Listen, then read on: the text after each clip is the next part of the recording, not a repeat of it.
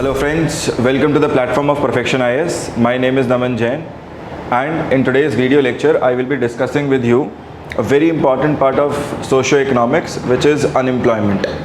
So आज का जो हमारा टॉपिक रहेगा क्लास के लिए that is going to be unemployment, and in this video lecture I will be discussing, in the part 1 I will be discussing unemployment and I will be discussing different types of unemployment today.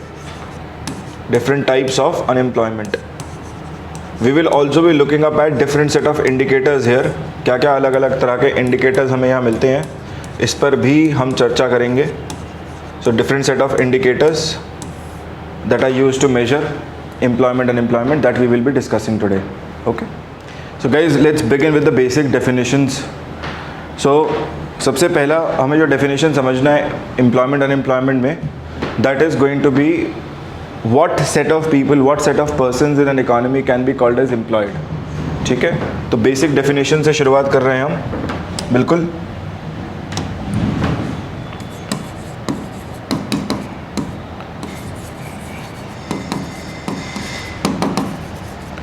So what set of people can be called as employed in an economy? So all set of persons who are engaged in any kind of economic activity in any capacity whatsoever can be called as employed. अगर कोई भी व्यक्ति किसी भी capacity में, any person who is engaged in any kind of economic activity. What is economic activity? Economic activity means any kind of activity which is being done against money or some other resource.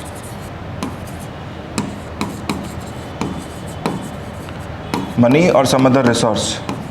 So अगर कोई भी आर्थिक क्रिया की जा रही है ना, और उसमें व्यक्ति का इन्वॉल्वमेंट है, उसके आधार पर आप कह सकते हैं कि वो व्यक्ति क्या है, he is basically employed, right? So if he is involved in any kind of capacity, he can be called as employed, or he can also be called as a worker. Right? So this is the simple definition of employment, or you can say worker to that degree. Now you can understand from the definition itself that when we define employment, it will give you a bit of hint regarding who all can be unemployed. है ना, ये आपको बहुत अच्छा एक idea देगा. हम कह रहे हैं कि कोई भी व्यक्ति अगर किसी भी कैपेसिटी में, आर्थिक क्रिया में जुड़ा हुआ है, he is involve in any kind of economic activity in whatever capacity that he may be called as a worker और he may be called as employed, which means if a person is not involve in any economic activity, right, and he is willing to participate in economic activity, है ना, मतलब कार्य करने का इच्छुक है, कार्य करना चाहता है, लेबर फोर्स का हिस्सा है, बट उसे काम नहीं मिल रहा है, right, he is unable to get work, then you may say that he is unemployed. So क्या है, by using this particular concept itself of employment, what we are going to do is we are going to understand different degrees that we may have, है ना. मतलब यहाँ पर आपको simple समझना है कि अगर एम्प्लॉयमेंट ऐसा है, it is dependent on capacity in itself, capacity to be engaged in any kind of economic activity, then this in itself will also give you the idea of, है ना, the idea of full employment, underemployment or even unemployment to that degree, है ना. तो ये क्या एक बड़ा concept है, उस बड़े कॉन्सेप्ट का, है ना, अलग अलग हिस्से हैं उसमें. एक है फुल एम्प्लॉयमेंट, जब कैपेसिटी फुल हो, है ना. इसको ग्लास और वाटर के एग्जाम्पल समझिएगा कि ग्लास है हमारे पास, राइट.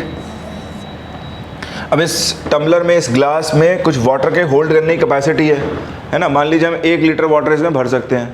सो अगर ये पूरा भरा है तो आप क्या कहेंगे, that this glass is completely full, right. लेकिन अगर ये आधा भरा हुआ है तो क्या कहेंगे, आधा भरा हुआ है तो आप कहेंगे कि सर ये ग्लास में, right, this is half full, है ना. या और अगर पूरी तरीके से खाली हो गया तो आप कहेंगे सर ये this is not at all full, this is completely empty. वैसे ही एम्प्लॉयमेंट का है कि अगर कैपेसिटी फुल है ना, मतलब पूर्ण रूप से इकोनॉमिक एक्टिविटी में लिप्त है, जितना इन्वॉल्वमेंट चाहता है उतना इन्वॉल्वमेंट है, जितना स्किल सेट है उसके हिसाब से एम्प्लॉयमेंट मिल पा रहा है, सो उसके हिसाब से हम कह देंगे that the person is fully employed.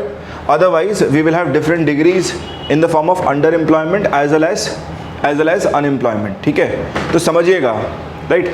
So next है हमारे पास different degrees of employment. Different degrees of employment. So degrees of employment में the very first thing that I have is full employment. सबसे पहली कंडीशन जो हमें मिलती है वो है full employment. Now what is this full employment, है ना, वही ग्लास वाले एग्जाम्पल से समझ रहे हैं. सो एम्प्लॉयमेंट में we basically require two set of things, है ना, दो चीज़ें हैं.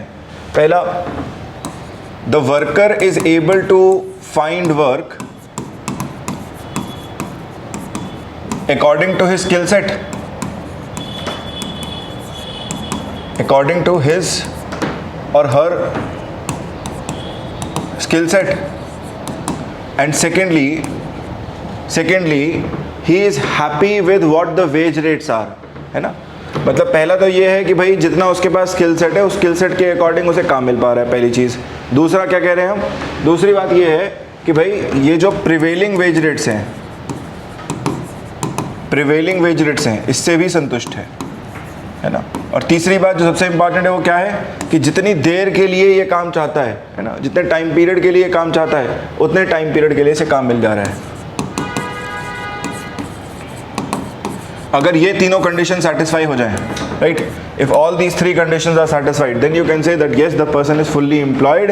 And in an economy where you have this kind of a situation where people are fully employed, है ना, this is one of the most, you can say best of the best conditions that may prevail in any economy. हर economy क्या achieve करना चाहेगी, हर economy अपने आप में इस कंडीशन की तरफ मूव करना चाहेगी जहां पर वो कह सके that I have a condition of full employment in my economy, है ना. मतलब पूरी इकोनॉमी में लोग जो है वो अपने स्किल सेट के अकॉर्डिंग, रेलिवेंट स्किल्स के अकॉर्डिंग एम्प्लॉयड हैं, right. Secondly they are happy with what the wage rates are, जो प्रिवेलिंग वेज रेट्स हैं वो ठीक हैं अपने आप में, संपूर्ण है अपने आप में, कंप्लीट है. Then people are able to get work and they are able to work for the time period that they want to work.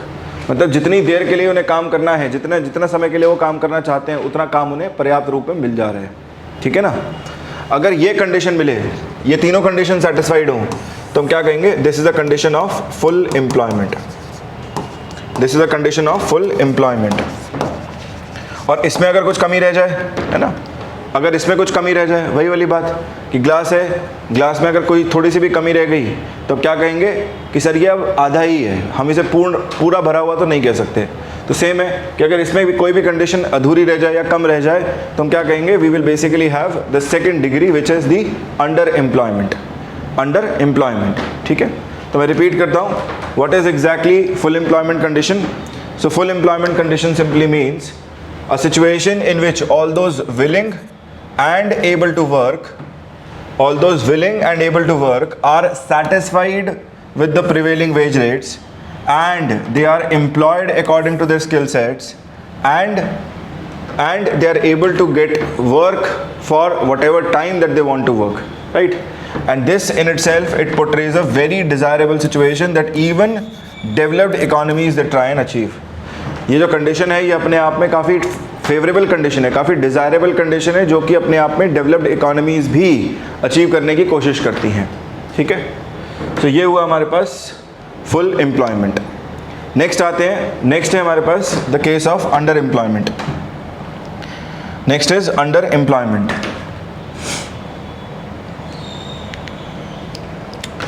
So what is exactly underemployment. Now hear me out. So underemployment, where persons who are willing and able to work are not able to find work for the duration that they want to work, which means that they have, let's say a person basically wants to work for let's say 6 hours, but उसे काम कितने देर का मिल पा रहा है, उसको मान लीजिए 2 घंटे का काम मिल रहा है, तो भी मैं कह सकता हूँ अंडर एम्प्लॉयमेंट की कंडीशन है. This is a case of under employment. Or it may also be possible, it is not just time, it may also be possible that the person is not employed according to his skill sets. Skill set के according employment नहीं मिल रहा है. अब ये condition आपको कुछ हमारी इकॉनमी में भी देखने को मिलती है, इंडियन इकॉनमी में, है ना। हम देखते हैं जनरली कई बार क्लरिकल पोजीशंस के लिए, है ना, या फिर काफ़ी नीचे ग्रुप डी सर्विसेज के लिए जो है we have people who have done masters, है ना, people who are PhDs, they fill out forms, है ना, उनका जो है फॉर्म भर रखा है सरकारी नौकरी के लिए। सो ये क्या दर्शा रहा है कि भाई स्किल सेट तो हायर लेवल का है ना, लेकिन जो नौकरी चाह रहे हैं वो बेसिकली लोअर लेवल की, तो मिसमैच हो रहा है कहीं ना कहीं, ठीक है। सो ये क्या दर्शा रहा है अपने आप में कि लोग डेस्परेट हैं to basically get government jobs, and this also tells you that economy is basically facing a situation of a bit of more of unemployment, because of which they are happy to be in a situation of underemployment, है ना। लोग इससे ग्रसित हैं, इससे परेशान हैं, तो वो इसमें जाने को तैयार हैं, है ना। एक बेरोजगार व्यक्ति क्या कह रहा है कि भाई मैंने सब कुछ पढ़ लिया, सब कुछ कर लिया, लेकिन अब नौकरी नहीं लग रही, तो मैं कुछ भी करने को तैयार हूँ, है ना, नौकरी के टर्म से कुछ भी करने को तैयार हूँ, इससे तो बेटर ही है, ठीक है ना। सो ये क्या होगा, this is worst case scenario, ये सबसे खराब कंडीशन होगी इकोनॉमी में, ठीक है। So underemployment, it simply indicates a situation in which all those who are willing and able to work, they are working lesser in terms of number of hours, or they do not get proper wages as per their skill sets, right?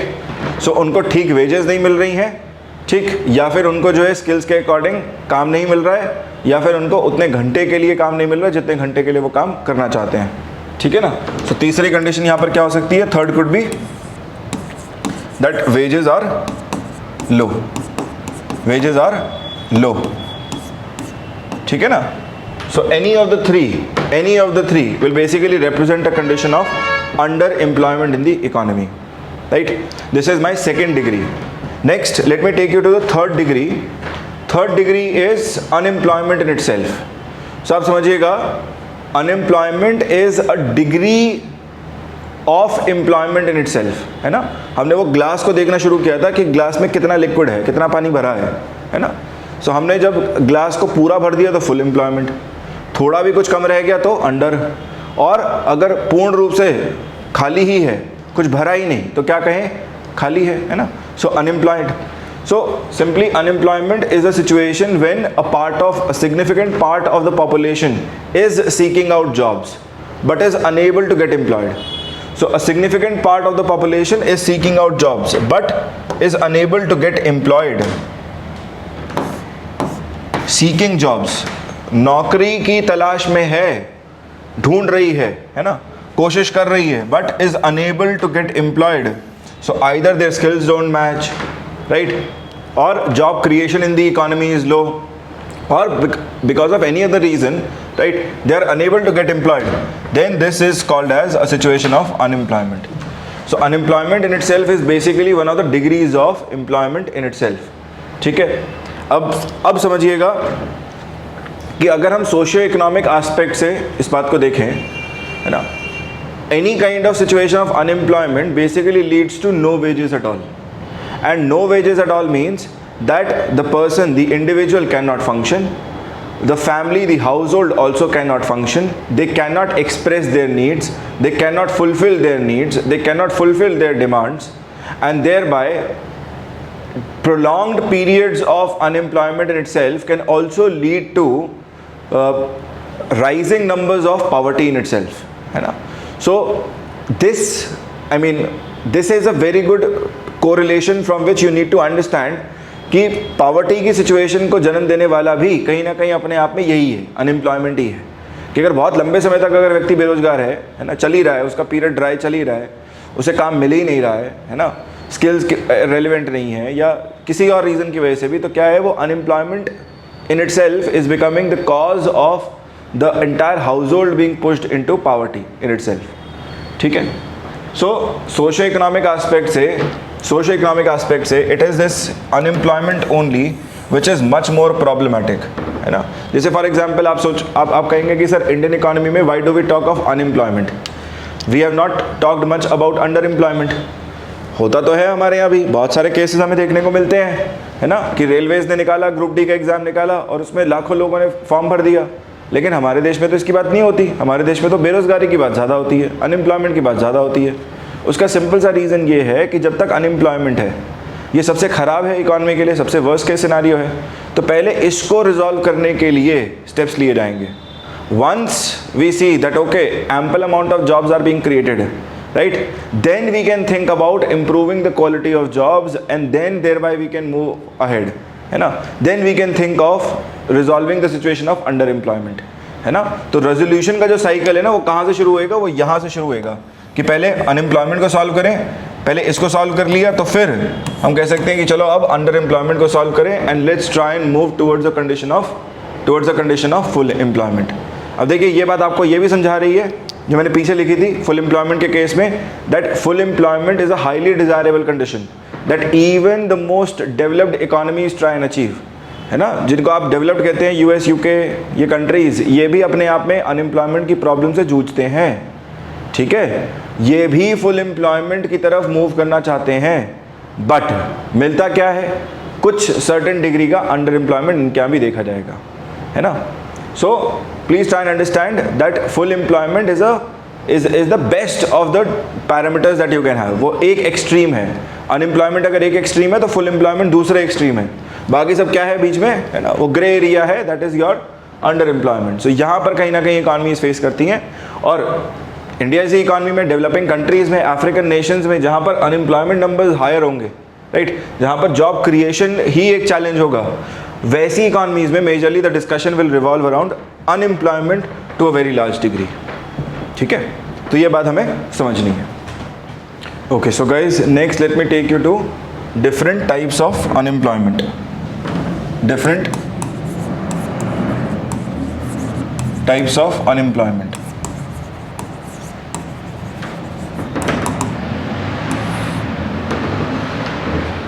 So we have understood degrees of unemployment and I will be discussing types of unemployment. Types of unemployment में the very first type of unemployment that we have is functional and frictional unemployment.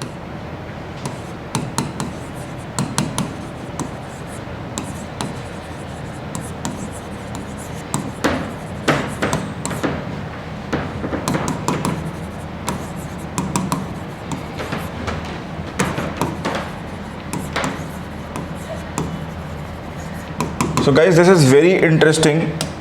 Functional frictional unemployment basically refers to a typical condition where a worker in itself, right, where a person in itself, he is in between jobs, right. So the person who is suffering from this, who is facing this condition, he is in between jobs. He is in between jobs. In between jobs का मतलब क्या है कि भैया एक नौकरी थी, है ना, इसे छोड़ी है, अब दूसरे की तलाश में निकल पड़ा है, दूसरे की तलाश में निकल पड़ा है ना। तो दूसरी नौकरी तलाश रहा है, इधर उधर जा रहा है, इंटरव्यू दे रहा है ना। And let's say there is सब substantial time lag in this, let's say 15 days, 20 days, 30 days. So for this period of 20 days, 15 days, जो भी होगा, 20 दिन, 15 दिन, जितने दिन ये नौकरी तलाश रहा है, क्या कहेंगे, that this person in these days he is facing a situation of functional frictional unemployment. ये व्यक्ति अपने आप में फंक्शनल फ्रिक्शनल अनएम्प्लॉयमेंट की सिचुएशन जो है वो फेस कर रहा है। So functional frictional unemployment refers to the time lag between when the person is switching from one job to the other or he is looking for some other job, a better job in itself, right, definitely. So as he moves, है ना, that time lag, that time interval in between, that is typically referred to a situation of functional frictional unemployment. ये है अपने आप में functional frictional unemployment. अब याद रखिए ये अपने आप में इकोनॉमिक एक्टिविटी के फंक्शन, है ना, उसका रिजल्ट भी हो सकता है कि भाई इकॉनमी जो है वो आगे मूव कर रही है, ग्रोइंग पाथ पर है ना। सो ऑब्वियस ही बात है, बेटर कंपनीज आ रही हैं, better set of job opportunities create हो रही हैं। सो I mean, this is not something wrong or this is not something bad for the economy also, right? मतलब अगर इस एस्पेक्ट को हम evaluate करें कि फंक्शनल फ्रिक्शनल अनएम्प्लॉयमेंट अच्छा है या बुरा है इकॉनमी के लिए, मैं कहूँगा कि फंक्शनल फ्रिक्शनल अनएम्प्लॉयमेंट अगर एक लिमिट के तहत है ना, अगर मतलब कम है नंबर, तो ये अपने आप में एक अच्छा फीचर भी है इकॉनमी का। क्यों है अच्छा feature, right? So functional frictional unemployment can be good for the economy. सुनिएगा argument, it can be good for the economy if the number is low, right? If the number is low,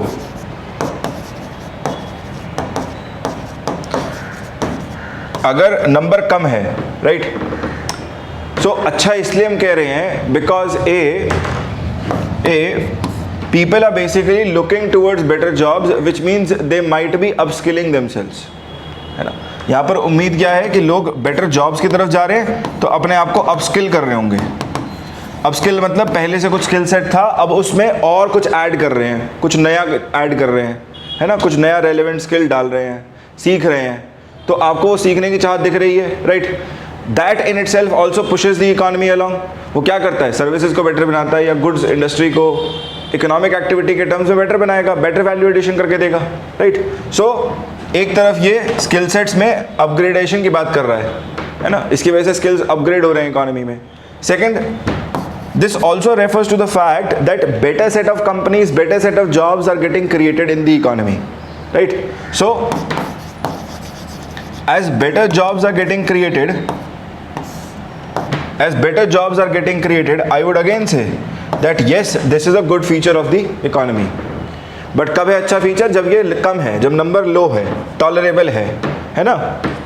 अगर number बहुत बड़ा हुआ, right, if the number is too big, then I can not say that this is true. ठीक है ना? अगर number कम की जगह बढ़ जाता है, बहुत हाई है नंबर, अब ये क्या दिखा रहा है? अब ये दिखा रहा है that people are not content in their jobs, they are not happy in their jobs. वो अपनी नौकरी में, अपने काम में खुश नहीं है ना? जहाँ पर भी काम मिल रहा है, उस कंडीशंस में, वर्क एनवायरनमेंट में, they are not happy in itself. So they are basically moving from one job to the other. So functional frictional employment to a certain degree it is good, but if it is very high in the economy, then it basically represents that people are discontent, they are dissatisfied in the jobs that they are working in. ठीक है? So इसको as a concept आपको याद रखना है. Second that you have to remember is that this is still temporary form of unemployment. This is still temporary form of unemployment.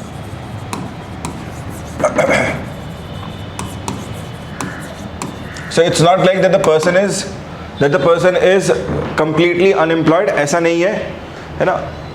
मतलब कुछ समय रहते उसके बाद एम्प्लॉयमेंट उसका आ जाएगा, राइट? मतलब कहीं ना कहीं किसी न किसी कैपेसिटी में इकोनॉमिक एक्टिविटी के टर्म्स में कंट्रीब्यूट कर ही रहा होगा. ठीक है? सो टेम्पररी फॉर्म ऑफ अनएम्प्लॉयमेंट है, राइट? हाँ, जनरली डेवलपिंग इकोनॉमीज में you may find that this number of tolerable levels of frictional functional unemployments are a bit relatively higher, है ना? मतलब हमारी इकोनॉमी में, इंडियन इकोनॉमी में, जहाँ पर डेवलपिंग इकोनॉमी है अभी हम, यहाँ पर क्या है? अभी बेटर सेट ऑफ कंपनीज आ रही हैं, राइट? एक कंपनी थी, दो कंपनी थी सेक्टर में, अभी और कंपनीज एंटर कर रही हैं, तो better set of job conditions के साथ, है ना? बेटर बेनिफिट्स के साथ, इट्स ए बेटर प्रोडक्ट के साथ they are trying to function, better work environment के साथ they are trying to function. So all of this in itself leads to better set of jobs in itself, right?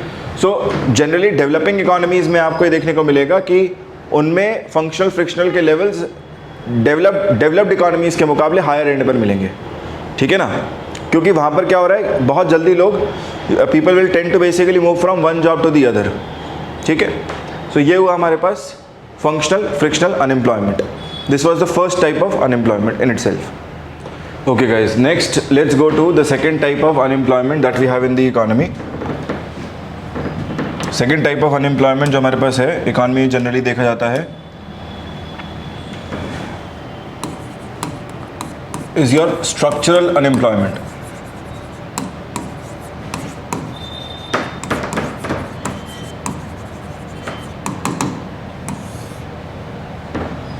Structural unemployment. Now, structural unemployment basically arises due to mismatch in the levels of skills that are required in jobs in the economy and the level of, marksmanship or skillsmanship of the workers in the economy. मतलब जो level of workers है वो नीचे है ना? जो requirement है skills की वो ऊपर है इंडस्ट्रीज़ में. तो ये skill levels match नहीं हो रहे हैं, इसमें एक mismatch नज़र आ रहा है. और इसी मिसमैच के चलते क्या हो रहा है? चैलेंज क्या देखने को मिल रहा है? चैलेंज है कि इकोनॉमी में people are basically unemployed, they are not able to function in their jobs, right, और they are becoming redundant in their sectors in itself. ठीक. So structural unemployment, this is simply due to mismatch. This is due to mismatch in the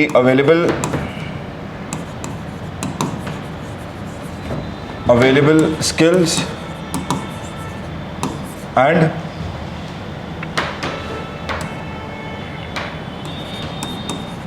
skills needed by industries.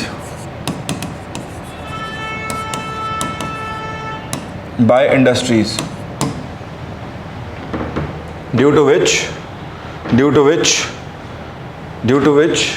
we have structural unemployment present, right? So ये अपने आप में simply क्यों हो रहा है? Simple सा रीज़न है कि मिसमैच हो रहा है. जो अवेलेबल स्किल सेट्स है वो नीचे लेवल पे हैं, जो रिक्वायर्ड स्किल सेट्स है वो ऊपर के लेवल पर हैं, और मिसमैच है, एक सब्सटैंशियल मिसमैच है, right?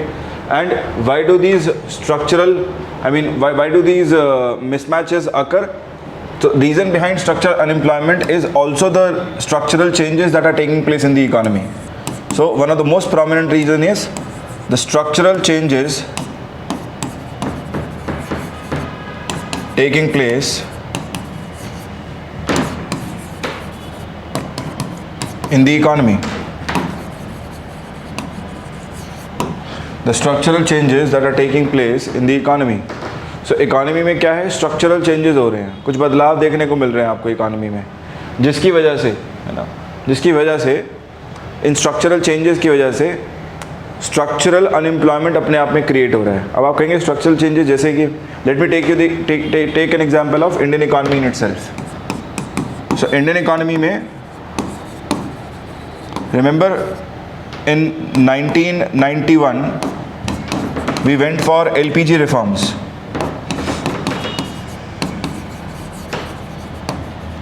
And under LPG reforms, one of the major things that was carried forward was privatization in economy.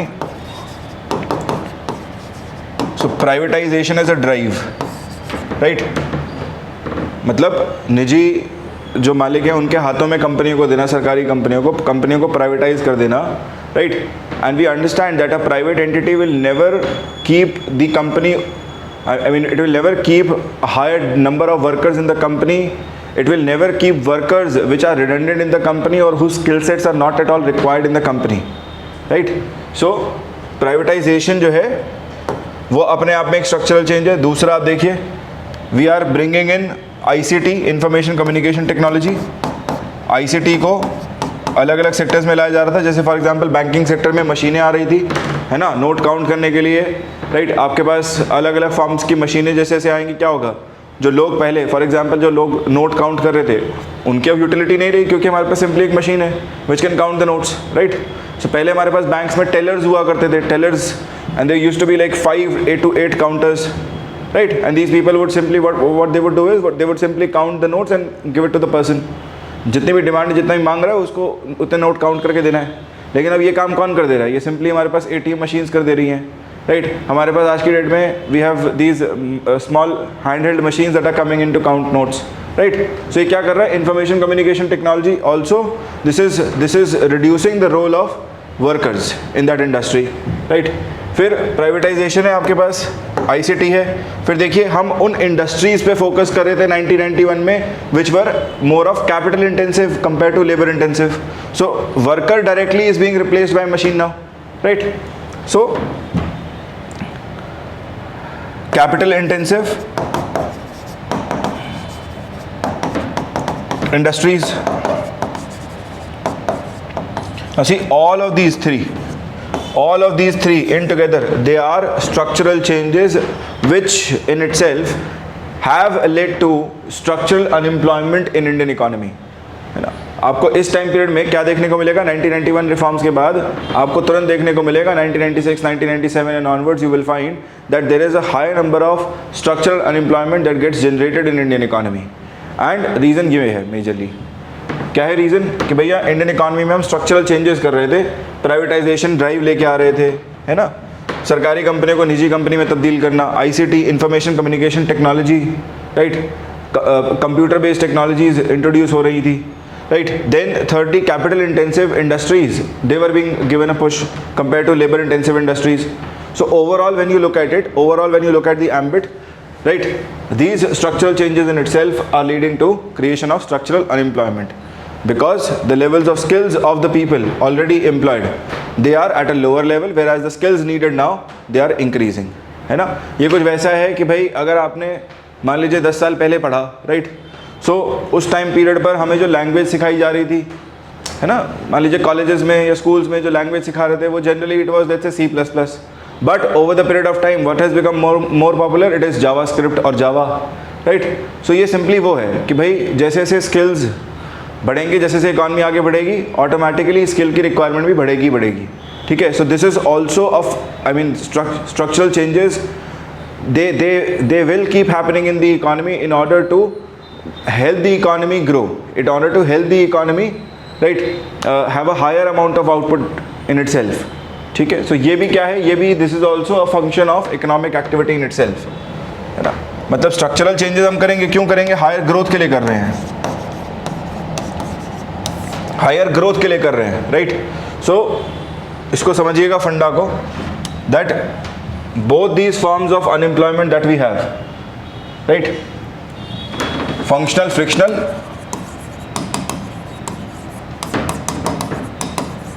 functional, frictional unemployment. Let me write unemployment like this: functional, frictional unemployment, as well as structural unemployment.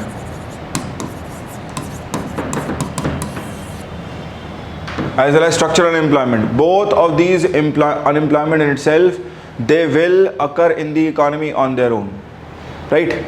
As the economy keeps growing, as the economy keeps growing, they will keep happening on their own.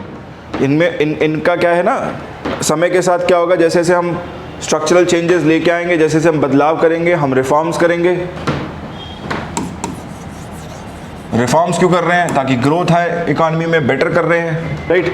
सो ये changes की वजह से automatically what you will have is this structural employment increasing. Simultaneously you will also have functional, frictional unemployment. Why? Because people will try and upscale and they will try and move towards better set of jobs, है ना. यही आपको economy में देखने को मिलेगा. सो एक तरह से समझिए कि ये दोनों टाइप्स ऑफ अनएम्प्लॉयमेंट क्या है, इकोनॉमी के लिए इनएविटेबल हैं, इनएविटेबल हैं, है ना, या फिर हम कहें तो अनअवॉइडेबल हैं, कि इकोनॉमी चाहकर भी इनको अवॉइड नहीं कर सकती. क्योंकि अगर इकोनॉमी बढ़ रही है आगे की तरफ, तो ये हमें अपने आप ऑटोमेटिकली दिखेंगे ही दिखेंगे. ये एक इंट्रिंसिक फीचर की तरह से एक ग्रोइंग इकोनॉमी का पार्ट रहेंगे, right. So try and understand this, that if an economy is a growing economy, it is impossible to avoid structural unemployment or functional frictional unemployment, as they will keep occurring on their own, right?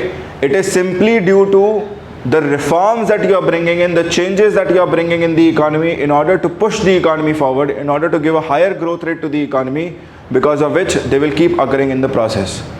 ठीक है ना, वो होता है ना कि भाई सिक्के के दो फेसेस हैं, एक हेड्स है और एक टेल्स है. तो वही कहानी है कि ग्रोइंग इकोनॉमी, ठीक है, higher degree of output, higher level of unemployment being generated, more jobs being created, वो तो एक पार्ट है ही, लेकिन उसका जो दूसरा पार्ट है वो ये भी है कि स्ट्रक्चरल एम्प्लॉयमेंट अपने आप प्रोसेस में क्रिएट होता है, साथ ही साथ फंक्शनल फ्रिक्शनल एम्प्लॉयमेंट भी प्रोसेस में क्रिएट होता है, राइट?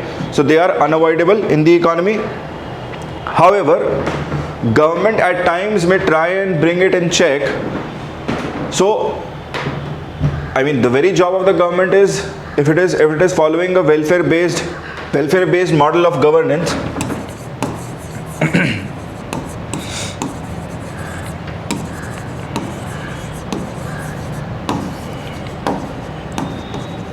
so अगर वो welfare based model of governance को फॉलो कर रहा है, मतलब केनीशियन इकोनॉमिक्स को फॉलो कर रहा है, तो सरकार की कोशिश क्या होगी कि भाई ये लोग, ये जो नंबर है ये बहुत ज़्यादा ना रहे, है ना. जैसे फॉर एग्जांपल अगर हमें फंक्शनल फ्रिक्शनल का नंबर बहुत हाई नज़र आएगा, तो गवर्नमेंट क्या करेगी? Government should try and intervene, it should try and make a law, it should try and look at the problem as to why people are discontent, है ना. There must be some malpractices that may be I mean that may have crept up as a practice, or that may have been inculcated in the system in itself, and it is detrimental to, let's say, health of the workers in itself, it is detrimental to their mental peace in itself. ठीक है ना? So आपको समझना है एक बात यहाँ पे कि सरकार अपनी तरफ से कोशिश करेगी इन नंबर्स को गिराने की, लेकिन इनको पूर्ण रूप से शून्य कर देना, इनको ज़ीरो कर देना वो इम्पॉसिबल है, राइट? ये रहेंगे इकोनॉमी में, right? So it is impossible to bring them down to zero, वो पॉसिबल नहीं है। हाँ, क्या पॉसिबल है कि अगर नंबर्स बहुत हाई हैं तो टेम्प्रेरी रिलीफ दी सकती है, कुछ गवर्नमेंट स्कीम ला सकती है, या फिर गवर्नेंस में कुछ चेंज कर सकती है, कुछ कानून ला सकती है, उसके थ्रू कुछ रिस्पाइट प्रोवाइड करने की कोशिश की जा सकती है यहाँ पर, right? Otherwise I mean government's hands are also tied in this, because this will keep coming in on its own, as I explain you. ये अपने आप ही एक ग्रोइंग इकोनॉमी का फीचर है, ये अपने आप ही आपको दिखाई देगा, ठीक है ना? यही रीज़न है कि हम इन दोनों को, so when we combine these two together ना, when we combine these two together, functional frictional unemployment and structural unemployment, this is called as minimum, these two together they are called as minimum unemployment rate acceptable under full employment, under full employment। मतलब कहने का ये है कि अगर किसी economy में, है ना, किसी अर्थव्यवस्था में केवल यही दो नज़र आए, है ना, स्ट्रक्चरल नज़र आए और फंक्शनल फ्रिक्शनल नज़र आए, तो हम कह सकते हैं कि भाई इकोनॉमी में फुल एम्प्लॉयमेंट की कंडीशन है, फुल एम्प्लॉयमेंट की कंडीशन है, क्योंकि ये मिनिमम लेवल्स पे तो नज़र आएंगे ही आएंगे, राइट? तो this is minimum unemployment rate acceptable under full employment condition, ठीक है? इन्हीं दोनों को हम नेचुरल रेट ऑफ अनएम्प्लॉयमेंट भी कहते हैं इकोनॉमी का। So this is also natural rate of unemployment. This is also called as natural rate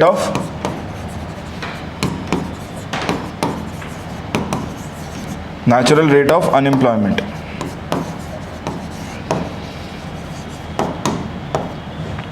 in fact हमारे पास जो कर्व है, फिलिप्स कर्व, उसमें भी हमें ये कंडीशन देखने को मिलती है, right? Through Phillips curve also we can understand this. So Phillips curve is between inflation and unemployment. Phillips curve बनाया जाता है इन्फ्लेशन और अनएम्प्लॉयमेंट के बीच।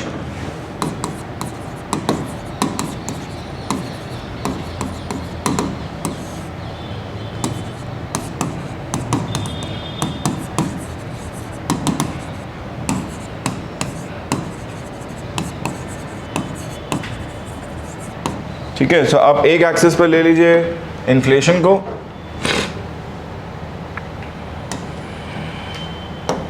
let me take inflation here,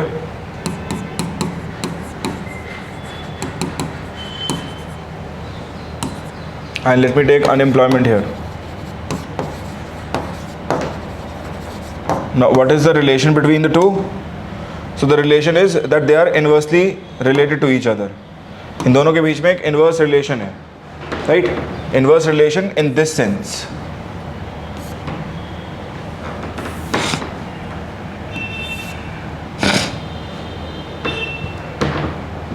अब ये क्या बता रहा है कर्व हमें? सो आप इस कर्व पर कोई भी दो रैंडम पॉइंट्स लेके समझ सकते हैं, right? Just pick any two random points on this curve. So let's say I pick this point and this point, right? मैंने ये दो पॉइंट्स पिक कर लिए अपने पास। So let me call this point as A and let me call this point as B.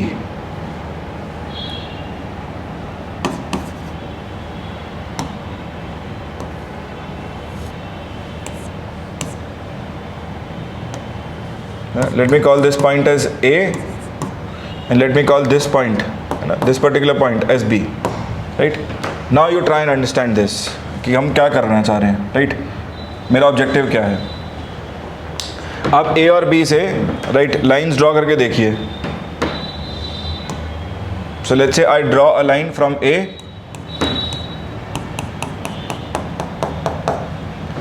Point A पर क्या है? At A you find that inflation rate at A is higher compare to inflation rate at B. अब देखो ध्यान से कि भाई ये बी पे है, this is my inflation at B, ये क्या है, this is my inflation at A, right. So points देख के समझ में आ रहा है that inflation at point A is greater than inflation at point B। ठीक, बट एक और चीज़ है, दूसरी चीज़ जो ध्यान देने लायक है वो ये है that at the same time my unemployment levels at A and unemployment levels at B, right, they are also different। so unemployment level at A क्या है, ये कम है, इधर की तरफ जाएंगे तो बढ़ रहा है, right. So unemployment at A is lesser compare to unemployment levels at B। देखिए इसका आप मल्टीपल तरीके से इसको समझ सकते हैं, इस कर्व को, फिलिप्स कर्व को, ठीक। मतलब इन्वर्स रिलेशन का मतलब क्या है कि अगर इकॉनमी में सरकार से पूछा जाए कि सर कहाँ रहना ज़्यादा बेटर है, तो सरकार कहेगी that it is better to be somewhere in this region, right, to be somewhere in this region. अगर पॉइंट ए पर है, ठीक, तो लोगों का वेलफेयर तो कर दिया, ठीक, अनएम्प्लॉयमेंट लेवल्स तो लो आ गए, लेकिन अभी क्या हो रहा है, उन पर मार पड़ रही है महंगाई की, इन्फ्लेशन की। और अगर बी पर बैठा है तो बी पर क्या है, अनएम्प्लॉयमेंट लेवल्स बहुत हाई हैं, तो welfare based schemes, welfare based measures की रिक्वायरमेंट होगी, वहाँ पर सरकार को ज़्यादा खर्चा करना पड़ रहा होगा, राइट। सो बी भी क्या है, उसमें इन्फ्लेशन लो है, वो आपने एक गोल अचीव कर लिया, लेकिन जो दूसरा गोल है कि भैया लोगों को नौकरी मिल पाए, जॉब क्रिएशन हो पाए इकॉनमी में, वो अचीव नहीं हो रहा है, right. So what is the desirable condition, desirable is none of the two, ना ए बढ़िया ना बी बढ़िया, ठीक है ना। इसको आप दो एक्सट्रीम की तरह से लो, ये एक एक्सट्रीम हो गया, ये दूसरा एक्सट्रीम हो गया। सरकार रहना कहाँ चाहती है, सरकार यहाँ बीच में रहना चाहती है कि भैया इकॉनमी को यहाँ पे रखें कि टॉलरेबल लेवल्स ऑफ इन्फ्लेशन में रहें और टॉलरेबल लेवल्स ऑफ अनएम्प्लॉयमेंट में रहें, राइट, बर्दाश्त के योग्य हो। अब यहीं से आपको समझ में भी आएगा केनीशियन इकोनॉमिक्स और वेलफेयर बेस्ड इकोनॉमिक्स क्या होती है, राइट। वेलफेयर बेस्ड इकोनॉमिक्स में फिलिप्स का बहुत खास योगदान है, right, he has contributed a lot. What is his contribution, see he is telling the government that it is not that government intervention needs to be random, government intervention can be anything. He is simply telling the government that your intervention needs to be in the respect that you can bring down levels of unemployment by simply trying to let go a bit with respect to money supply। आप क्या कर सकते हैं, थोड़ा सा हाथ खोल सकते हैं मनी सप्लाई के रिस्पेक्ट में, जिससे कि अनएम्प्लॉयमेंट के लेवल्स डाउन आ जाएं, ठीक है ना। इतना भी नहीं खोल देना हाथ कि अनएम्प्लॉयमेंट तो बिल्कुल नीचे आ जाए और इन्फ्लेशन जंप कर जाए, that is also going to be a disaster, right. But इतना खोल दें कि अनएम्प्लॉयमेंट के लेवल्स कम होने शुरू हो जाएं, राइट, मतलब जॉब क्रिएशन बेटर होना शुरू हो जाए, इकॉनमी में प्राइवेट इन्वेस्टमेंट पिकअप करना शुरू कर दे, राइट, और कहीं ना कहीं इन्फ्लेशन जो है नंबर वो टॉलरेबल लिमिट में रहे, राइट। सो डिजायरेबल क्या है, tolerable levels of inflation and unemployment, ठीक है। सो ये था the concept of Phillips curve also that we have understood. So इस डायग्राम में let me also show you what is the natural rate of unemployment, है ना। तो जब आप सबसे न्यूनतम अनएम्प्लॉयमेंट रेट ढूंढ लें, राइट, सो मान लो मैं ये कर्व जो है मेरा जो रेड में था, ये लेट्स से यहाँ पे जाके ये this is becoming more like a straight line, right, ये पैरेलल हो जा रहा है। सो ऐसे पैरेलल हो जा रहा है ये एक्स एक्सिस के, right, this is becoming parallel here. So मैं कहूँगा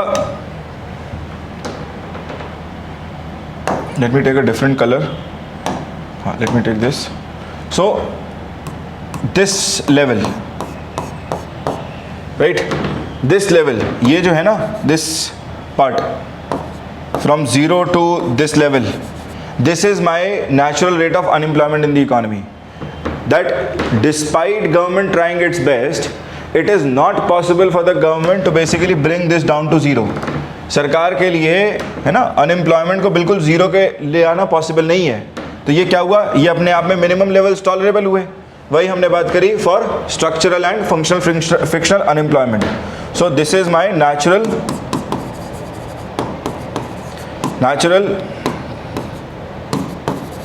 rate of unemployment in an economy.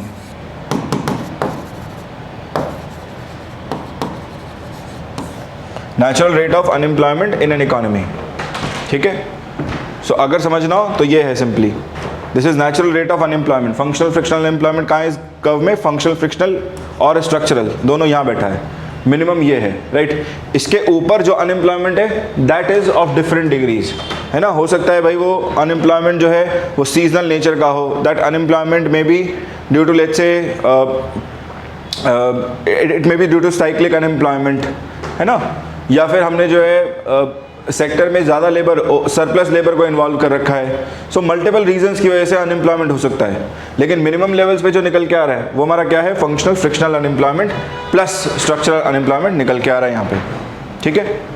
सो ये था Phillips curve and through this curve also we have also understood functional frictional and structural unemployment in itself. Okay guys, next type of unemployment that I want to discuss, third type is going to be cyclic unemployment.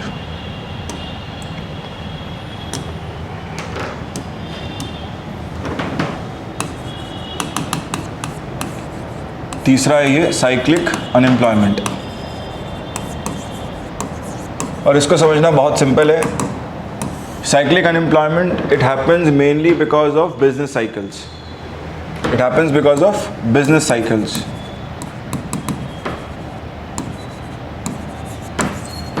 So when you look at a business growing up, right?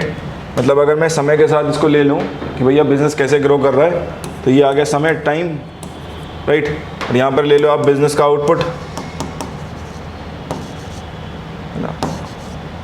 तो समय के साथ क्या होगा? Business जो है वो ऊपर नीचे फ्लक्चुएट करेगा, राइट. सॉरी, बिजनेस हम इसको इधर ले लें, टाइम इधर ले लें, तभी वेरिएशन दिखा पाएंगे. मैं बिजनेस ले लूँ, आउटपुट ले लूँ, एक ही बात है. ठीक है. सेक्टर का आउटपुट ले लें, एक ही बात है.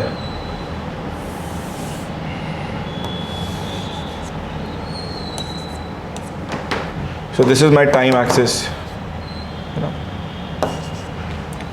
अब समय के साथ ये कैसे चेंज हो रहा है, राइट.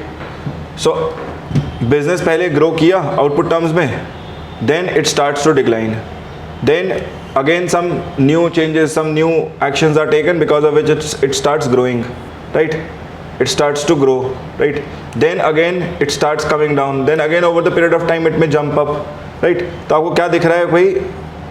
वैसे तो अगर लंबे समय में देखें कि भाई 50 साल के अंतराल में बिजनेस बेसिकली ग्रो ही कर रहा है. देखिए लंबे समय में तो ग्रो ही कर रहा है, राइट. बट शॉर्ट ड्यूरेशंस में फ्लक्चुएशंस हैं, अप एंड डाउन है, राइट. सो बिजनेस साइकिल्स हमें क्या बताता है? That economy is going to also witness these kind of ups and downs, right. Economy is also going to witness ups and downs because of which different sectors, right, different sectors that may pass through this grind, that may pass through this cycle of up and down. In the process of up, right, जब ये up जाएगा क्या होगा? Every time it goes up, jobs will be created here.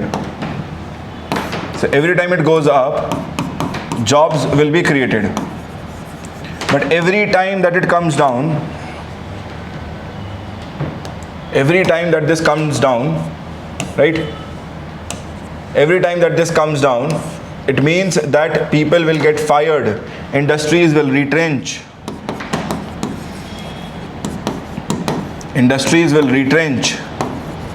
है ना. People will get fired, workers they will be fired from jobs, right. Now these workers that are getting fired, industries that are retrenching, this in its process creates something called as cyclic unemployment in the economy. ठीक है ना. मतलब क्या हो रहा है? जैसे for example 2008 global financial crisis का एग्जांपल समझो. 2008 ग्लोबल फाइनेंशियल क्राइसिस आया,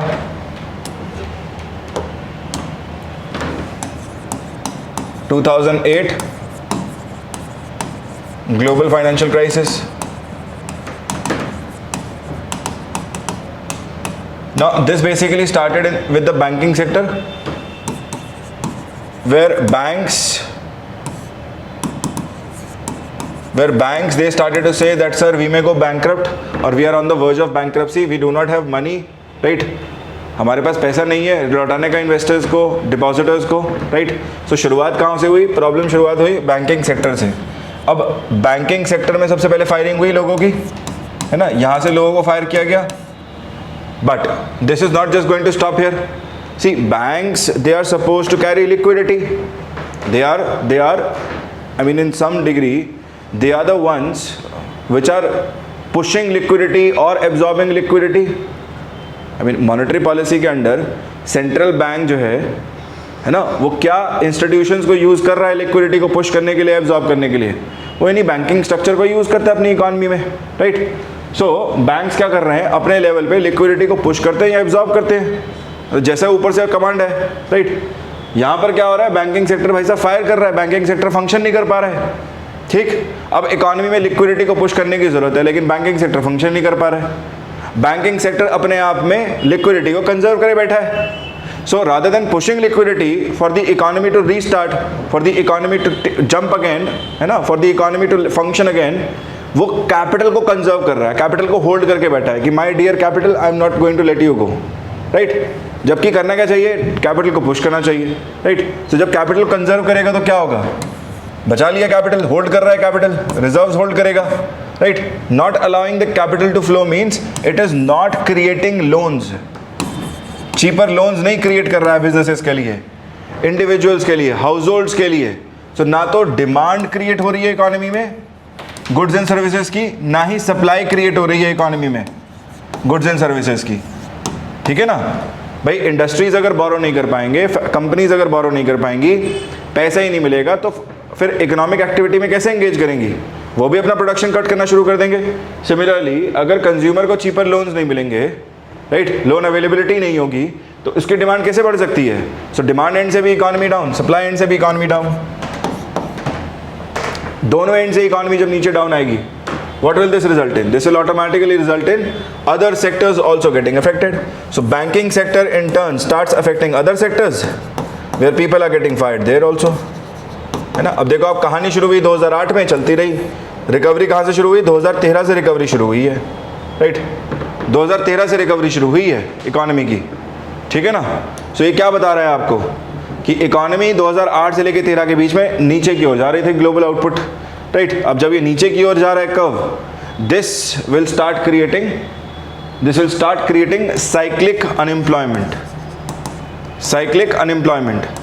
आप समझिए, ऐसा नहीं है कि बैंकर्स की जरूरत नहीं थी उस समय, है ना, या बैंकर्स का जो स्किल है वो खत्म हो गया, उसकी आवश्यकता नहीं पड़ेगी आगे, नहीं।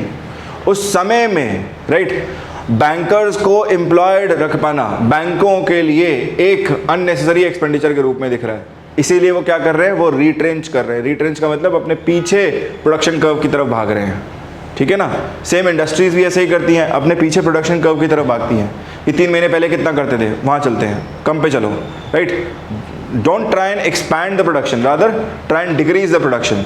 So they will start deploying less labor, they will start buying less raw materials, they will start they will build the entire production cycle in a sense that they are producing less compared to what they were producing yesterday, है ना? इसको बोलते हैं retrench करना। और retrench की process में inadvertently workers will also get fired. There is no way that workers will not get fired in the process, right? So ये है हमारे पास cyclic unemployment। अब बात क्या याद रखनी है आपको याद रखना है कि ये जो तीनों मैंने अनएम्प्लॉयमेंट पढ़ाया अभी, the 3 types of अनएम्प्लॉयमेंट्स, right? Functional, frictional,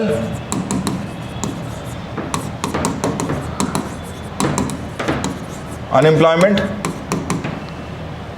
ये पहला पढ़ाया। दूसरा structural unemployment, and the third one the cyclic unemployment. All these 3 types of unemployments, they are associated to formal sectors of economy.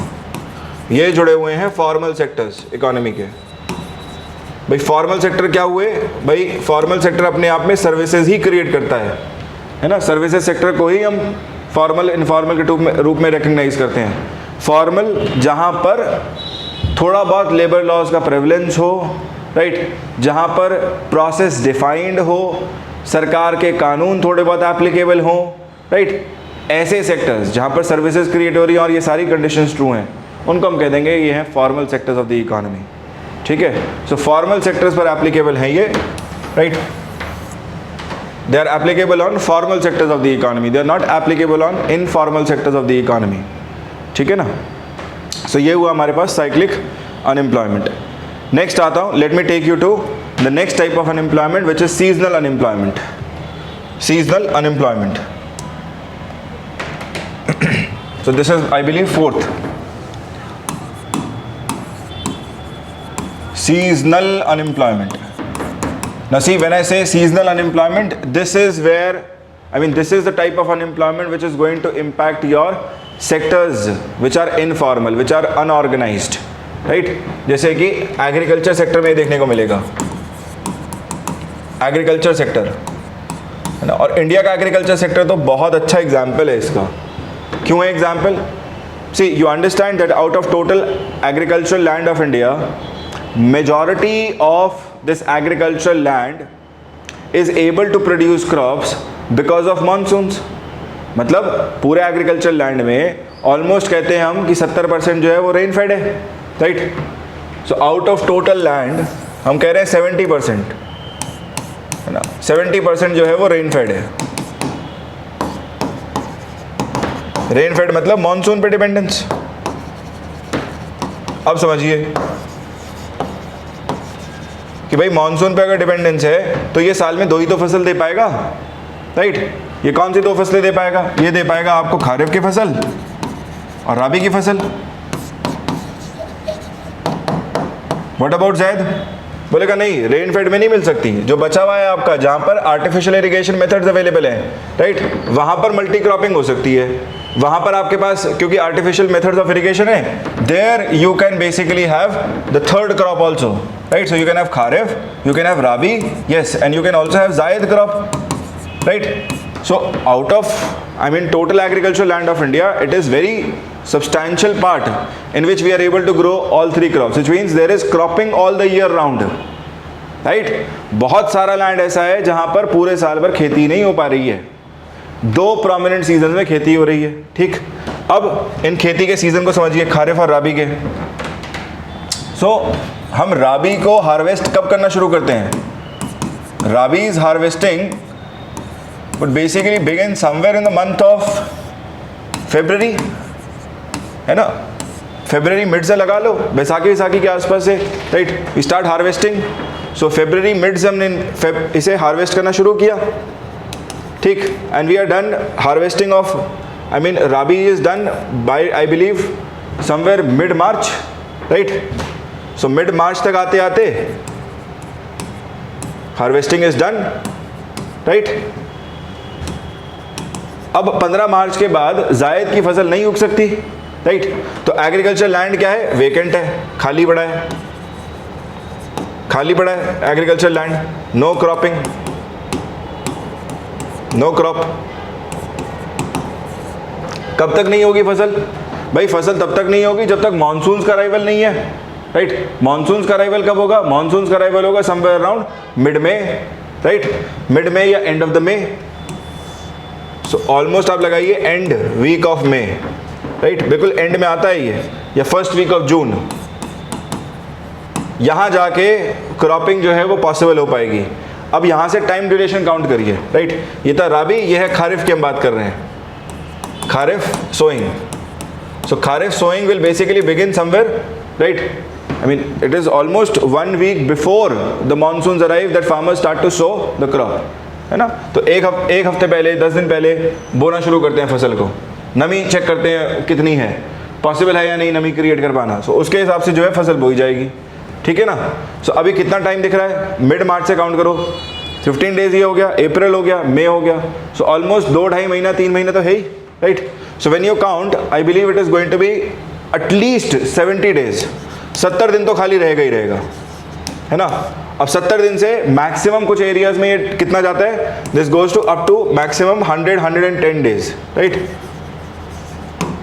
So almost for 70 to 100 days in a year, our most of agriculture land, almost 70% of our agriculture land remains barren, remains vacant, है ना. उस पर कोई फसल नहीं उगाई जा रही. क्यों नहीं उगाई जा रही? क्योंकि artificial methods of irrigation available नहीं है. अब अगर कोई क्रॉप नहीं उगाई जा रही, do you think daily wage labourers, right, harvesters, they will be brought in to take care of the crop? भाई जब फसल ही नहीं है तो क्या ऑन फार्म जॉब्स क्रिएट होंगी इस टाइम पीरियड में? नहीं होंगी. सो इस टाइम पीरियड में कोई भी ऑन फार्म जॉब्स देखने को नहीं मिलेंगी. जब जॉब्स नहीं है इसका मतलब क्या है? These people, right, I mean जो हार्वेस्टर्स होते हैं, शेयर क्रॉपर्स होते हैं, लैंडलेस लेबरर्स होते हैं, ये सारे के सारे क्या होंगे? ये विदाउट जॉब होंगे, लैंडलेस लेबर. इनके पास कोई काम नहीं है. सो हम क्या कहेंगे? That's landless labour in this time period is facing what kind of unemployment? It is facing seasonal unemployment. ये फेस कर रहा है सीजनल अनएम्प्लॉयमेंट इस टाइम पीरियड पे. ठीक है जी. सो इसको ऐसे समझिएगा that seasonal unemployment occurs due to dependence on seasons in that economic activity, and this majorly occurs in agriculture where there is heavier dependence on monsoons.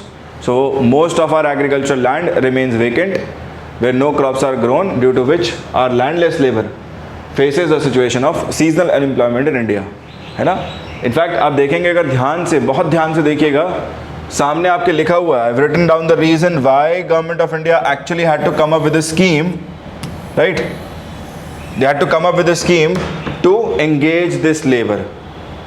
क्योंकि ये लोग डेली वेज लेबरर्स हैं, सुबह काम करेंगे, शाम को दिहाड़ी मिलेगी, तब घर में खाना बनेगा, तब डिपेंडेंस हो पाएगा, तब सर्वाइवल हो पाएगा. तो ये लोग, है ना, अगर काम नहीं करेंगे तो क्या होगा? ऑब्वियस सी बात है कि पूरा हाउस होल्ड जो है वो पॉवर्टी स्ट्रिकन हो जाएगा, गरीबी की मार झेलेगा. तो इन लोगों की मदद के लिए सरकार ने एक स्कीम की शुरुआत करी, है ना, जिसे हम कहते हैं MGNREGS, महात्मा गांधी राष्ट्रीय रूरल एम्प्लॉयमेंट गारंटी स्कीम. सो MGNREGS का रेलेवेंस डायरेक्टली यहाँ से है कि भाई ये तभी तो MGNREGS में आप देखिए ना, government basically provides 100 days of labour, 100 days of labour, right. तो 100 दिन का जो लेबर मिल रहा है वो क्यों मिल रहा है? वो इसीलिए मिल रहा है कि 100 days of labour under MGNREGS. ठीक है ना. सो उसका रेलेवेंस किससे है? इसी से है. स्ट्रक्चरल अनएम्प्लॉयमेंट को टैकल कर, सीजनल अनएम्प्लॉयमेंट को टैकल करने के लिए government basically goes for MGNREGS scheme. Okay guys, next let me take you to the last type. Next जो है हमारे पास वो है डिसगाइज्ड अनएम्प्लॉयमेंट. डिसगाइज्ड अनएम्प्लॉयमेंट, और काफ़ी बार इसकी चर्चा होती है, हमारी इकॉनमी में तो खासकर चर्चा होती है इसकी. डिसगाइज्ड अनएम्प्लॉयमेंट,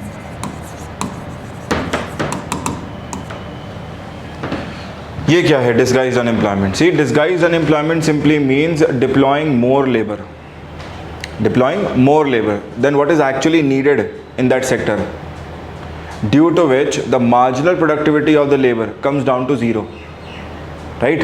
मतलब फिजिकल टर्म्स में लेबर है, फिजिकल टर्म में लेबर काम कर रहा है ना, काम करते दिख भी रहा है, हम उसे वेजेस भी पे कर रहे हैं, लेकिन प्रोडक्टिविटी पर उसका कोई असर नहीं है, राइट.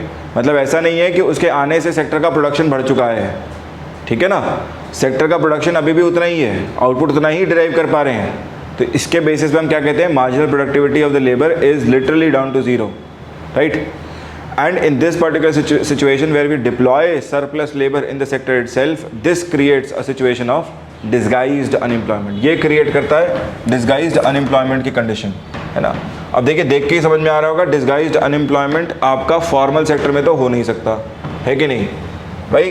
कोई भी कॉर्पोरेट कंपनी क्या लेबर को बिठाएगी जब उससे कुछ आउटपुट नहीं निकाल पा रही है या प्रोडक्शन नहीं बढ़ा पा रही है? कभी नहीं बिठाएगी. सो क्या ये फॉर्मल सेक्टर में कभी दिखेगा? नहीं दिखेगा, है ना. समझिए ना क्या है disguised unemployment. Is simply deploying surplus labour, deploying surplus labour than what is required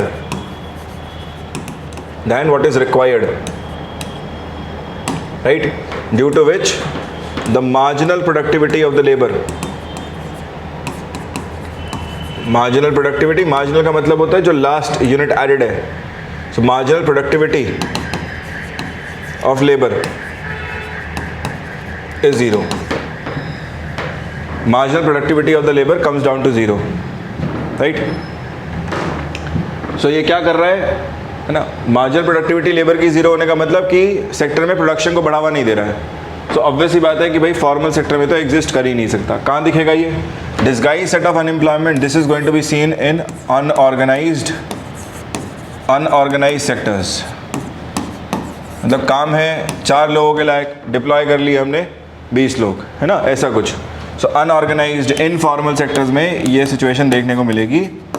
और अगर हम स्पेशली भारत के एग्रीकल्चर सेक्टर की बात करें, agriculture sector in our country, there we find this particular case. कैसे मिलता है एग्रीकल्चर सेक्टर इंडिया में? सो if you look at the total distribution of labor in different sectors in our country, you will find most of the labor is deployed in agriculture. आज भी भारत का almost 48% workforce कहाँ काम कर रहा है? 48%, 50% के आसपास workforce is deployed in agriculture. ठीक, एग्रीकल्चर या उससे जुड़े हुए सेक्टर्स में काम कर रहा है। अब इस 48-50% में, है ना, ऑलमोस्ट आप देखिए 8% के आसपास इसका कह रहा हूँ मैं, है ना, इसको अगर 100 मान लें तो इसका 8% के आसपास जो वर्कफोर्स है वो सरप्लस है। वर्कफोर्स क्या है? सरप्लस है, ज़्यादा है, इसकी रिक्वायरमेंट नहीं है। मतलब इसको अगर हटा भी दें, एग्जाम्पल समझना है इसको, है ना, एग्जाम्पल समझना। मान लीजिए एक फील्ड है, एक खेत है, इस पर हमने 100 लोगों को लगाया, 100 वर्कर्स ऑपरेट कर रहे हैं। ठीक, 100 वर्कर्स ने ऑपरेट किया तो इसने कितना क्विंटल ग्रेन दिया? लेट्स से 100 क्विंटल ग्रेन दिया। ठीक, नेक्स्ट ईयर मैंने लेबर बढ़ा दिया। सो मैंने next year I increase the labour workforce to let's say 101 worker. So I would expect 101 quintal, but if the output remains 100 quintal, what will you say? 100 quintal ही अगर पैदावार हुई तो आप क्या कहेंगे कि भाई ये वर्कफोर्स क्या है? सरप्लस है, फालतू है, एक्स्ट्रा है। ये काम तो कर रहा है फिजिकल टर्म में, ऐसा नहीं काम नहीं कर रहा है, बैठ जा रहा है, नहीं, काम कर रहा है, राइट, लेकिन सरप्लस है। सेक्टर की प्रोडक्टिविटी पे, सेक्टर के ओवरऑल प्रोडक्शन पे कोई असर नहीं डाल रहा है। ठीक है, ये है इसका मतलब। ठीक है, सो यहाँ से आप समझ गए कि that this workforce is surplus, right, and thereby this creates a very you can say potent problem for Indian economy. एक बहुत ही मेजर प्रॉब्लम क्रिएट करता है इंडियन इकोनॉमी के लिए। Out of all these types of unemployment that I have taught you, this is one of the worst unemployment that an economy could ever face. Why is this the worst form of unemployment? अभी आप समझेंगे, right? This is one of the worst forms of unemployment because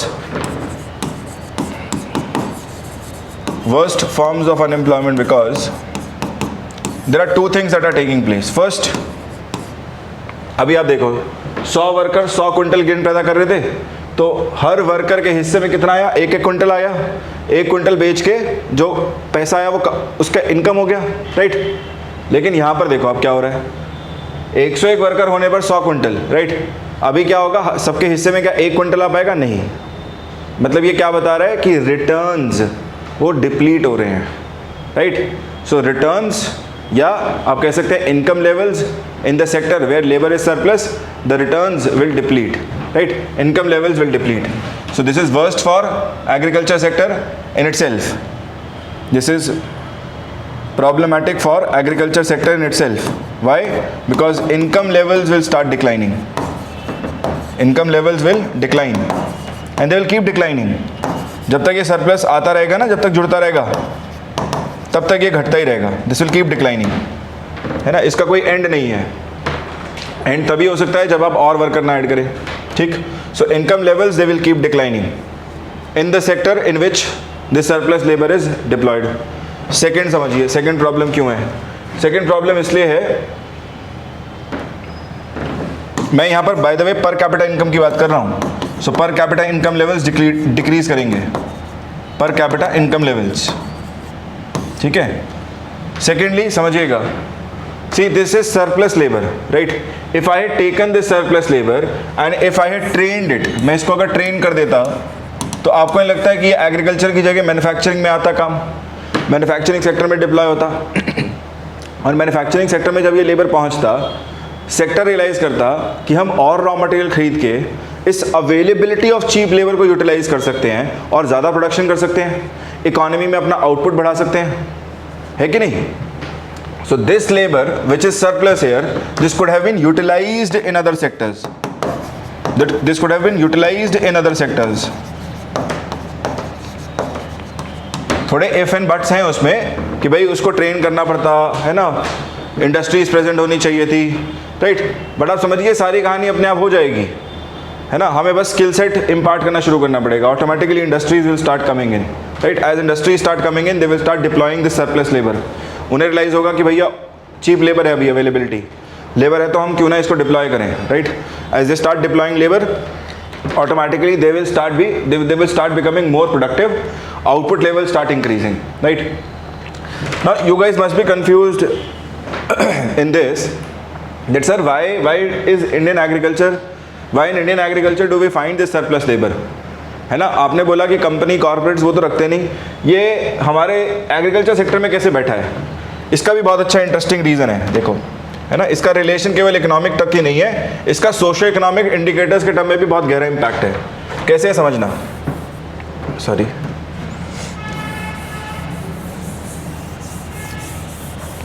so when I was telling you about this labour, think about it, that in our country, in this agriculture field, does the farmer bring labor from outside in all cases?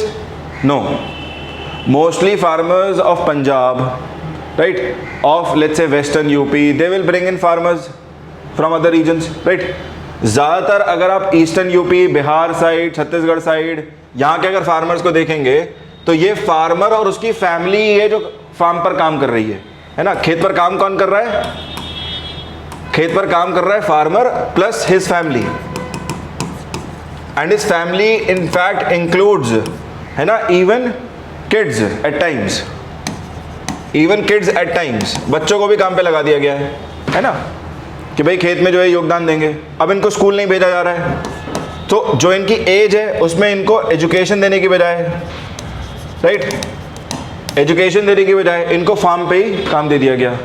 सो इस form में ये surplus labour deploy किया गया initially. अब क्या हो रहा है, ये सेक्टर के लिए बर्डन बनता जा रहा है ना? जैसे हम कह रहे हैं ना कि इनकम लेवल्स डिप्लीट कर रहे हैं, तो ये सेक्टर के लिए बर्डन बनता जा रहा है, ठीक? और eventually when these kids, when they grow up, right, when they come of age, 25 को जाएंगे, 28 को जाएंगे, 30 को जाएंगे, 32 को जाएंगे, ये क्या रियलाइज करेंगे कि अब सीखने की, पढ़ने की उम्र चली गई, कुछ नया स्किल सेट सीख नहीं सकते, है ना, किसी और तरफ मूव नहीं कर सकते, 40 को जाएंगे किसी और तरफ, किसी और सेक्टर की तरफ मूव नहीं कर सकते, अब करे तो करे क्या, है ना? सो उनके लिए यही इनका सर्वाइवल मोड बन जाता है। सो ये क्या कर रहा है, this is not just related to income levels, this is also related to the problem of socio economic sectors, socio economic indicators in our country, कि हमारी कंट्री में सोशियो इकोनॉमिक इंडिकेटर्स भी हिले हुए हैं इसी रीज़न की वजह से। सो हमें क्या है, हमें इन बच्चों को, मतलब एटलीस्ट नेक्स्ट जनरेशन जो आ रही है ना, उनको ये ऑन फार्म जॉब से हटाना है, right? We can not allow this to continue, we need to create, है ना, better set of jobs, in rural regions. हमें डिस्करेज करना पड़ेगा फार्मर, उसकी फैमिली को, कि भैया आपको, you can not basically deploy your next generation in these jobs, है ना? आप समझिए, ऐसा नहीं है कि चाहते हैं इनको काम पे यहाँ पे लगाना, ये खुद भी समझते हैं, राइट? जो खुद अपने आप प्रॉब्लम फेस कर रहे हैं, डिप्लीटिंग इनकम लेवल्स, ये खुद भी समझते हैं। इनफैक्ट जब हमने 2007 में सर्वे कराया था, कमेटी ने सर्वे किया था, तब भी रिजल्ट सामने निकल के आए थे, चौंकाने वाले रिजल्ट्स ये थे that more than 50% of the farmers willingly said that if you give us any other jobs, we are happily, we will readily take it, है ना? आप हमें आज कहो, हम आज छोड़ दें एग्रीकल्चर, आप हमें कुछ भी बेटर दे दो इससे, है ना? Anything that you give is going to be better than this, right? This was the results that came out of that committee. So try and understand this, that this is more like a compulsion, right? कि भाई हम education नहीं दे पा रहे हैं, बच्चे जो हैं वो पढ़ नहीं पा रहे हैं, सोशियो इकोनॉमिक इंडिकेटर्स उस रीजन के लो हैं, ऑन फार्म जॉब्स में काम कर लिया, right? Over the period of time income levels low रह गए, ठीक? सो अगर हम रूरल रीजन में बेटर जॉब्स क्रिएट करें, तो इससे होगा क्या, है ना, मतलब जैसे रूरल एंटरप्रेन्योरशिप क्यों एनकरेज करी जा रही है आज की डेट में, है ना, सरकार कह रही है एंटरप्रेन्योरशिप एनकरेज कहाँ करनी है, रूरल एरियाज़ में एनकरेज करनी है कि हमारे एंटरप्रेन्योर्स वहाँ से उठ के आएँ, राइट, वहाँ पर जॉब्स क्रिएट करें। जब वहाँ जॉब्स क्रिएट करेंगे ना तो ये this next generation will not move into on farm jobs, rather they will start moving into these jobs, right. जैसे फॉर एग्जांपल अभी ड्रोन के ऊपर हमने लास्ट ईयर गवर्नमेंट ने बजट में कहा कि drones can be used as an application, right, they can be used for let's say farm assessment, crop assessment, they can use for assessment of disease, pest control, all of this can be done, है ना, insurance के assessment के लिए use करें। इसी प्रकार से rural industry से, मतलब अगर रूरल इंडस्ट्री खड़ी होती है, राइट, यहाँ पर रूरल जॉब्स क्रिएट होने से इनके लिए बेनिफिट ये है that they will not go into on farm jobs. इससे क्या होगा, एक और चीज़ होगी, मैकेनाइजेशन भी आएगा एग्रीकल्चर में, है ना, मशीनीकरण होगा, मैकेनाइजेशन को इनकॉर्पोरेट किया जाएगा, मतलब जो जॉब्स इनसे कराई जा रही है, इनसे काम लिया जा रहा है, वो डायरेक्टली मशीनों पे डिपेंडेंस आएगा। उससे क्या होता है, ऑटोमेटिकली बेटर आउटपुट मिलता है, बेटर इनकम लेवल्स मिलते हैं, ठीक है। So that is also positive.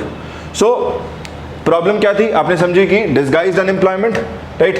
आज भी सब्सटैंशियल नंबर्स देखने को मिलते हैं agriculture season of agriculture sector of Indian economy, ठीक है। So guys this was about types of employment unemployment, ठीक है। Let me round up the lecture. सो हमने आज के टॉपिक में क्या देखा, हमने simply employment, unemployment,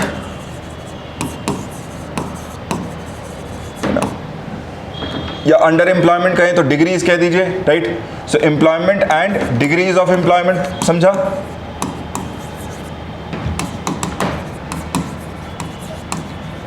and secondly we understood different types of unemployment, right, where I defined for you functional frictional, second structural, third cyclical,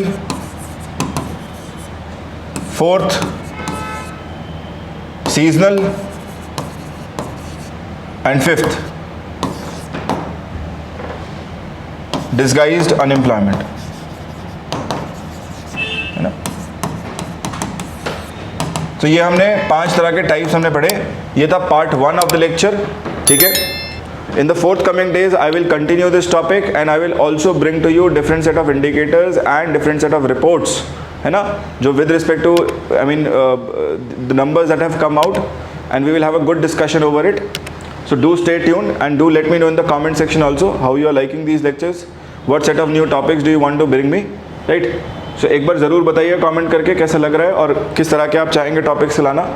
So I will definitely incorporate that in my forthcoming lectures. So stay tuned, take care, have a good day, bye bye.